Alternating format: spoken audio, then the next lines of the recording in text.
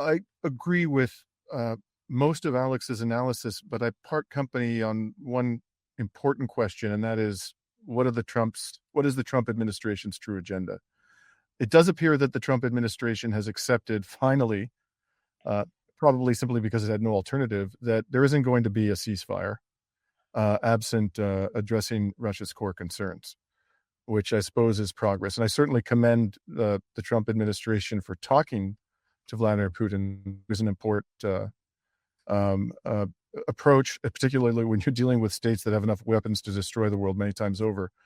Um, but uh, and I have to preface my answer by saying that everything I say about Donald Trump is colored by one uh, awful reality that is staring us in the face, and that is that Donald Trump and his administration are currently perpetrating a genocide in Gaza.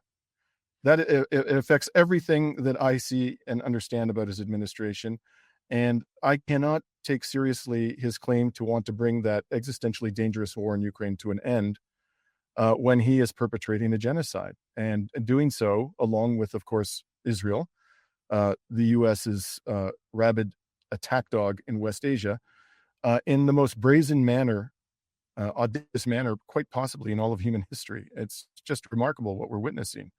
But quite apart from that, Pete Hegseth in February gave a speech, the U.S. Defense Secretary, I believe it was in Brussels, to leaders of NATO militaries, and he said that we want you to radically increase your military spending. We want you to buy the weapons necessary to sustain this war, and we will engage in a division of labor with you. We will pivot to Asia while you take care of Russia. Now, that doesn't mean they don't want a ceasefire. They do want a ceasefire because Ukraine is getting crushed. And I think they very much want to give it a respite and to give it an opportunity to rearm. But whether they want peace is another matter altogether. And I just don't understand how we can interpret Hegseth's comments as being conducive to peace when he's telling what are in effect Washington's vassals in Europe to radically increase their military spending and to continue to arm Ukraine. And then J.D. Vance basically did that again in an interview he gave, I think it was just a few days before the summit in Alaska.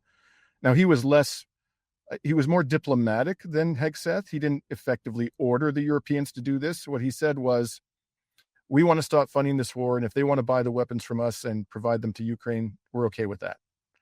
Again, I don't regard that as an agenda that is truly designed to achieve peace. The United States is under no obligation to sell weapons to Europeans for the purpose of enabling them to arm Ukraine.